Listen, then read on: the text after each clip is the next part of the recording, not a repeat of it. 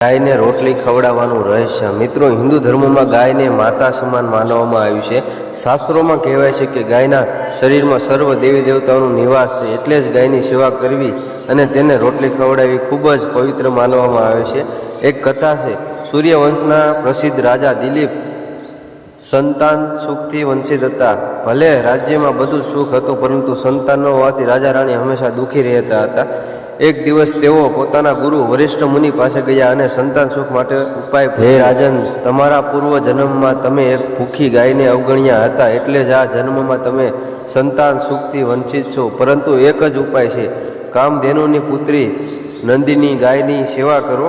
રાજા દિલીપ અને રાણી એ વાત માની તેઓ દરરોજ નંદિનીની ગાયની જંગલમાં ચરાવવા જતા અને તેની રક્ષા કરતા। પોતે ભૂખ્યા રહેતા પણ ગાયને પ્રથમ ભોજન કરાવતા। એક દિવસ ગાય જંગલમાં ઘાસ ચરતી હતી અને અચાનક એક સિંહ આવ્યો અને નંદિની ગાય ઉપર ઝંપલાવવાનો પ્રયાસ કર્યો। ત્યારે જ રાજા દિલીપ આગળ વધી ગયા અને કહ્યું, હે સિંહ, આ ગાય મારી જવાબદારી છે, તું તેને નહીં મારી શકે। જો તને ભૂખ લાગી હોય તો મને ભક્ષી લે, હું મારા પ્રાણ આપી દઈશ, પરંતુ ગાયને બચાવીશ।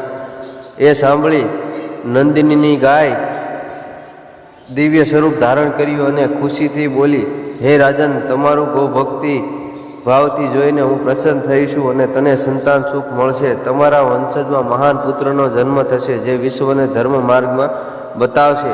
આશીર્વાદ ફળ્યું।